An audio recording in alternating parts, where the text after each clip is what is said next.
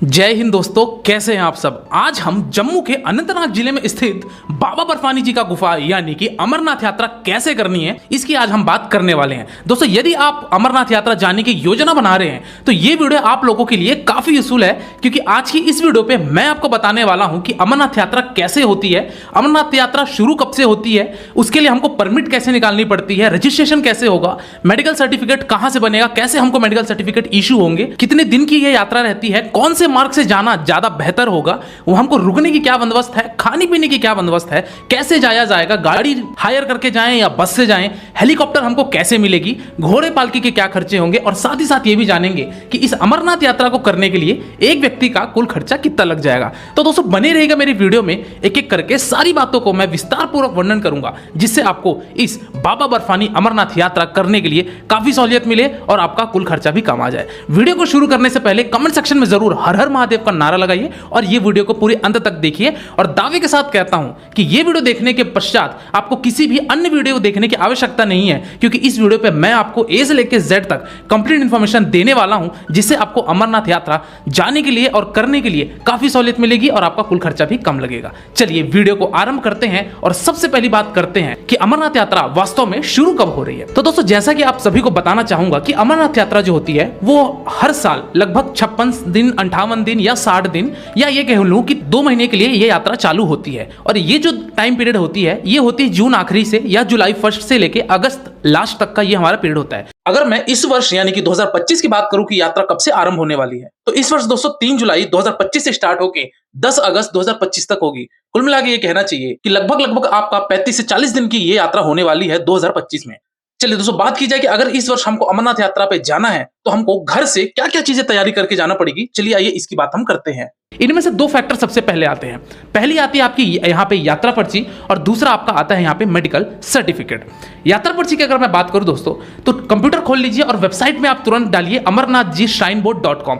इस वेबसाइट में जाके सबसे पहले आप अपनी रजिस्ट्रेशन कर लीजिए, क्योंकि ये रजिस्ट्रेशन आपको ऑनलाइन रहने से वहां आपको लाइन में नहीं लगना पड़ेगा, अन्यथा आपको वहां लाइन में भी बहुत ज्यादा मशक्कत करनी पड़ेगी यदि आप ऑफलाइन वहां जाकर अपनी यात्रा पर्ची निकलवाते हैं या फिर रजिस्ट्रेशन करवाते हैं। तो बेहतर ये होगा ऑनलाइन जाइए और इस वेबसाइट में जाके आप तुरंत विजिट कीजिए और अपनी यात्रा पर्ची निकलवा लीजिए, रजिस्ट्रेशन निकलवा लीजिए। दूसरे फैक्टर की तरफ बात करें तो वो था आपका मेडिकल सर्टिफिकेट। दोस्तों, मेडिकल सर्टिफिकेट आप जिस भी राज्य में रहते हैं, जिस भी शहर में रहते हैं या जिस भी जिले में रहते हैं, उस जिलों के, उस राज्य के जो प्रमुख डॉक्टर होते हैं वो आपकी लिस्ट आपको मिल जाएगी इस वेबसाइट में। और इसी वेबसाइट में जाके आप अपने पहले डॉक्टर की सूची निकलवा लीजिए।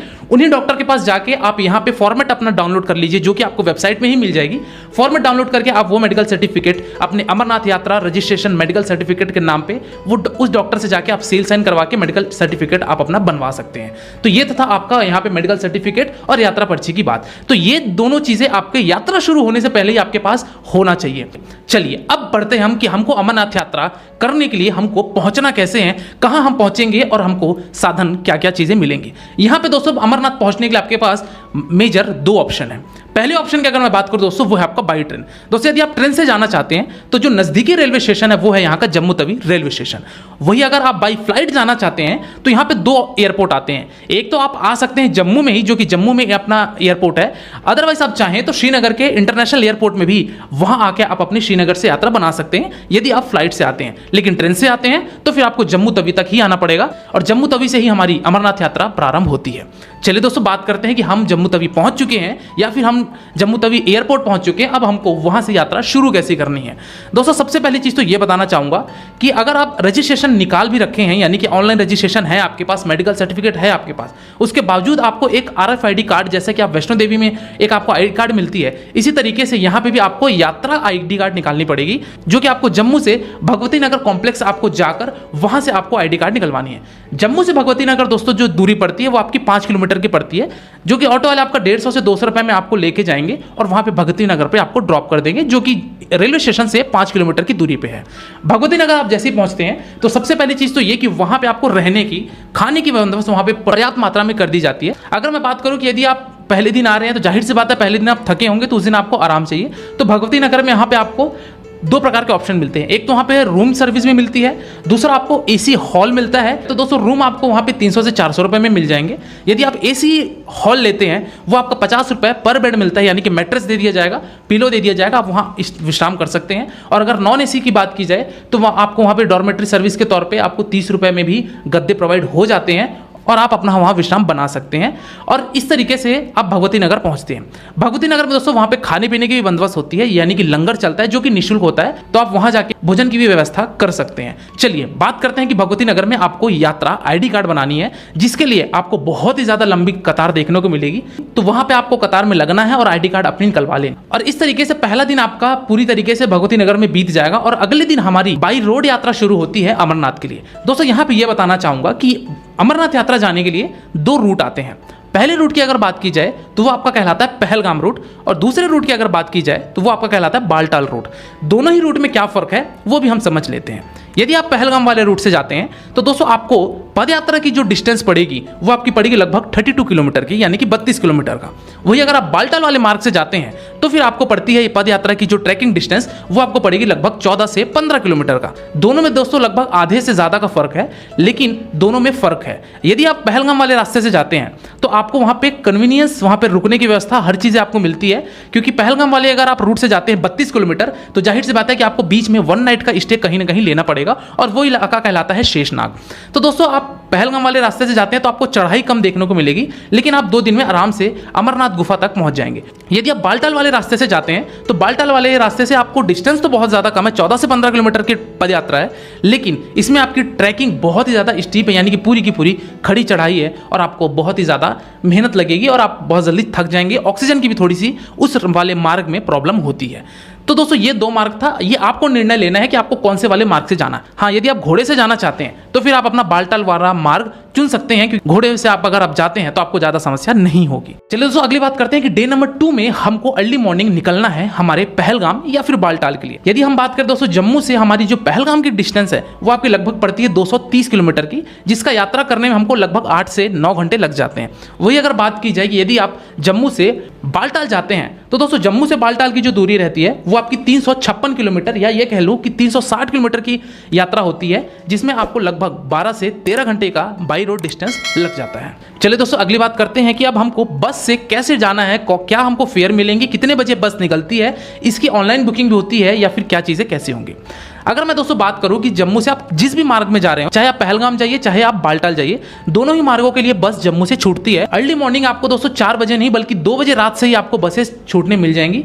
ये जो बस चलती है दोस्तों ये आपकी कॉन्वे के थ्रू जाती है, यानी कि आर्मी के काफिले हमारे साथ में होते हैं, उनके साथ में हमारी ये बस निकलती है। आपको ये बताना चाहूँगा कि यहाँ पे किसी भी तरीके की प्राइवेट गाड़ी नहीं जाती है। अगर प्राइवेट गाड़ी जाती भी है तो उसके लिए आपको परमिशन लेनी पड़ती है, स्टिकर चिपकने के बाद ही आप उस कॉन्वे में निकल सकते हैं, जो कि आर्मी के जत्थे के साथ आपको निकाला जाएगा। तो दोस्तों आप चाहे पहलगाम जाइए चाहे आप बालटाल जाइए, कहीं भी जाइए, आपको अर्ली मॉर्निंग 2 बजे 3 बजे 4 बजे से बस आपको निकलती हुई देखने को मिल जाएगी। तो उसकी टिकट आप कटा सकते हैं। अगर मैं पहले बात करूं कि यदि आप पहलगाम जाते हैं तो दोस्तों पहलगाम जाने के लिए आपको अगर एसी बस लेते हैं तो आपको मान के चलिए 840 रुपये का टिकट लगेगा। वही अगर आप नॉन एसी बस लेते हैं तो दोस्तों आपको 555 रुपये की टिकट कटानी पड़ेगी और आप पहलगाम पहुंच जाएंगे। वही अगर मैं बात करूं दोस्तों कि अगर आप बालटाल जाते हैं तो बालटाल जाने वाली का जो एसी किराया का बस होता है वो 1200 से 1300 रुपये होता है। वही अगर आप नॉन एसी बस लेते हैं तो दोस्तों आपको 750 रुपये की टिकट कटेगी और आप बालटाल पहुंच जाएंगे। हो सकता है इस फेयर में 150 का ऊपर नीचे हो जाए इस वर्ष की अगर आप यात्रा करते हैं तो दोस्तों इस तरीके से अर्ली मॉर्निंग हमको उठकर फ्रेश होकर हमको उस आर्मी के काफिले में निकलना है, बस पकड़नी है और हम निकलते हैं अपने बाबा बर्फानी के लिए पहले पड़ाव पे, यानी कि पहलगाम, या फिर आप अगर बालटाल जा रहे हैं तो बालटाल। दोस्तों हमको शाम हो जाएगी, यानी कि हमको जाहिर सी बात है सुबह निकलेंगे तो हमको शाम हो जाएगी पहुंचते पहुंचते पहलगाम चाहे फिर बालटाल। मैं अभी जो यात्रा की पद यात्रा की बात कर रहा हूँ वो दोस्तों मैं पहलगाम से चढ़ूंगा और मैं बालटाल से नीचे उतरूंगा, और मैं आपको ये भी बताऊंगा आगे कि हेलीकॉप्टर की हमारी बंदोबस्त कैसे हो सकती है। दोस्तों यदि आप पहलगाम जाते हैं तो पहलगाम आप उस दिन तो शाम में पहुंच गए, यानी कि दूसरा दिन आपका पहलगाम में पहुंचे। अगले दिन दोस्तों आप अर्ली मॉर्निंग पहलगाम से जाइए चंदनवाड़ी। दोस्तों पहलगाम से चंदनवाड़ी मात्र 5 किलोमीटर है, जो कि वहाँ पे आपको लोकल टैक्सी लेनी पड़ेगी, लोकल तवेरा, इनोवा, सोमो ये सब मिलती है। वहाँ से आप 5 किलोमीटर चंदनवाड़ी पहुँचेंगे, जो कि आपको आधे घंटे लगेंगे। वो टैक्सी वाले दोस्तों आपको 100 रुपये से 150 रुपये पर हेड लेते हैं और आपको चंदनवाड़ी छोड़ देंगे। और चंदनवाड़ी वो स्थान है जहाँ से हमारी अमरनाथ की पद यात्रा शुरू हो जाती है। दोस्तों उसी चंदनवाड़ी से अब हमको बाबा की गुफा तक जाने के लिए, बाबा अमरनाथ की गुफा तक पहुँचने के लिए टोटल 32 किलोमीटर का ट्रैक करना अब हमारा सिलसिला शुरू होता है। दोस्तों आप पहले दिन जो ट्रैक करेंगे चंदनवाड़ी से, वो आप ये मान के चलिए कि आपको लगभग 12 किलोमीटर का ट्रैक करके पहुंचना है आपको शेषनाग पे। शेषनाग दोस्तों हमारा वो पहला पड़ाव होता है जहां पे हमको उस रात स्टे करना होता है, यानी कि डे नंबर 3 पे। दोस्तों डे नंबर 3 पे आप शेषनाग में स्टे बना लीजिए। अब यहाँ पे बात की जाए कि स्टे की और खाने पीने की क्या ऑप्शन है, तो दोस्तों जगह जगह में लंगर बने होते हैं। इस पूरी अमरनाथ यात्रा में आपको कहीं भी खाने के लिए अपनी जेब ढीली नहीं करनी पड़ेगी, क्योंकि वहां पे हर जगह से ट्रस्ट की तरफ से, गुरुद्वारे की तरफ से, लोगों के द्वारा वहां पे निःशुल्क लंगर चलाया जाता है। तो खाने पीने में आपको एक भी रुपया खर्च नहीं करने पड़ेंगे, केवल आपको स्टे के खर्चे होंगे। तो जैसा कि मैंने बताया कि आप 12 किलोमीटर की ट्रैक शुरू करके चंदनवाड़ी से पहुंचते हैं शेषनाग, और शेषनाग पहुंचते पहुंचते आपको रात्रकालीन हो जाएगी। तो उस रात आप वहां के किसी भी टेंट में आप विश्राम कर लीजिए। टेंट का जो किराया होता है दोस्तों वो आपका 400 रुपये, 500 रुपये, 600 रुपये होता है, डिपेंड करता है कि कैसा टेंट है। तो आप वहाँ अपना पर पर्सन के हिसाब से अपना स्टे बना लीजिए। वहाँ पे कॉमन वॉशरूम होते हैं, तो आपको वॉशरूम भी यूज़ करने की सुविधाएं मिल जाएंगी, और वहाँ पे आपको ब्लैंकेट, रजाई, तकिया सब प्रोवाइड कर दिया जाएगा। तो दोस्तों आपका तीसरा दिन इस तरीके से वहाँ स्टे होता है। तो दोस्तों अगले दिन आप शेषनाग से आप बाबा बर्फानी जी के गुफा तक ट्रैक करना शुरू कर दीजिए। शेषनाग से आप जैसे ही 12 से 14 किलोमीटर आगे बढ़ते हैं तो आपको पंचतरनी करके एक इलाका पड़ेगा। वो पंचतरनी जो गांव है, वो पंचतरनी गांव में ही हेलीपैड बना हुआ है। यदि आप हेलीकॉप्टर से आते हैं तो हेलीकॉप्टर भी आपको इसी पंचतरनी तक उतारती है। चाहे आप पहलगाम से हेलीकॉप्टर आइए, चाहे आप बालटाल से हेलीकॉप्टर आइए, दोनों हेलीपैड आपको पंचतरनी में ही उतारती हैं। दोनों ही हेली सर्विसेज वहीं तक के लिए एंड की गई हैं।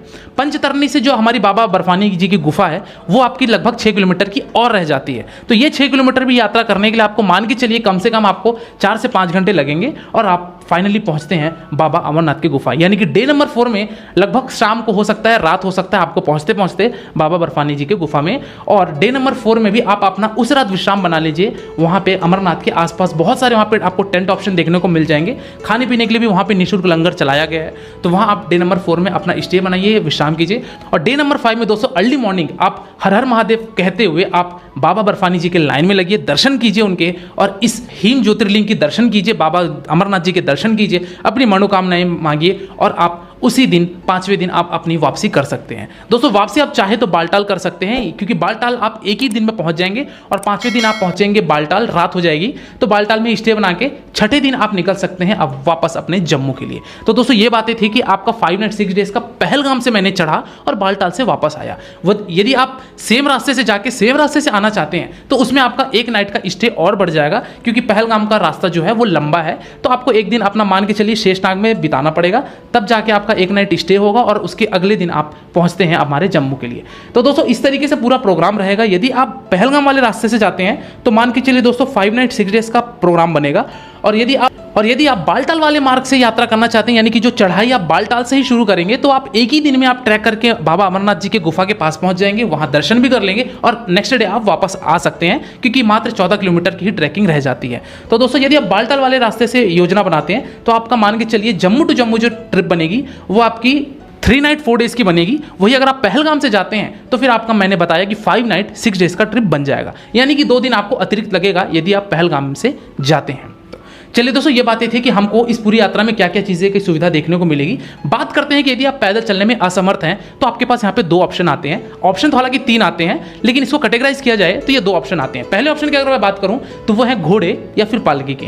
दोस्तों घोड़े और पालकी वाले यदि पहलगाम से बात की जाए, अगर पहलगाम से बाबा बर्फानी के तक जाने के लिए अगर आपको जो किराया लेंगे वो आपका दोस्तों मान के चलिए आना जाना आपको 8000 का किराया पड़ जाएगा, क्योंकि घोड़े वाले आपको 32 किलोमीटर लेके जाएंगे और 32 किलोमीटर आपको नीचे लेके आएंगे। वही अगर आप बालटाल वाले मार्ग से जाते हैं तो दोस्तों घोड़े वाले आपको लगभग 4500 से 5000 रुपये में आना और जाना लेकर आ जाएंगे। यानी कि बालटाल वाले से घोड़े का खर्चा कम है और पहलगाम वाले से घोड़े का खर्चा ज़्यादा है, क्योंकि पहलगाम की यात्रा हमारी लंबी पड़ जाती है। वही अगर मैं बात करूँ दोस्तों पालकी वालों को, तो पालकी वाले दोस्तों वजन के हिसाब से लेते हैं और उनके चार्ज भी बहुत ज़्यादा होते हैं, यानी कि लगभग आपके 16000 18,000 रुपये इनका का बाबा बर्फानी गुफा तक के ले जाने का चार्ज होता है। तो आप अगर पालकी लेना चाहते हैं तो पालकी से भी जा सकते हैं। वही अगर मैं तीसरे ऑप्शन की बात करूं जो कि है आपका हेलीकॉप्टर का। दोस्तों हेलीकॉप्टर के लिए आप इस वेबसाइट में जाके अपनी रजिस्ट्रेशन कर लीजिए और अपनी रजिस्ट्रेशन के साथ साथ अपना डेट डिसाइड कर लीजिए कि किस यात्रा में आपको हेलीकॉप्टर टिकट चाहिए। हेलीकॉप्टर यात्रा आपको बालटाल से करनी है या फिर पहलगाम से करनी है, ये चीजें आप सुनिश्चित कर लीजिए और आपको दोनों ही जगह से हेलीकॉप्टर देखने को मिल जाएगी। अगर मैं बात करूं दोस्तों कि पहलगाम से आप हेलीकॉप्टर से जाते हैं,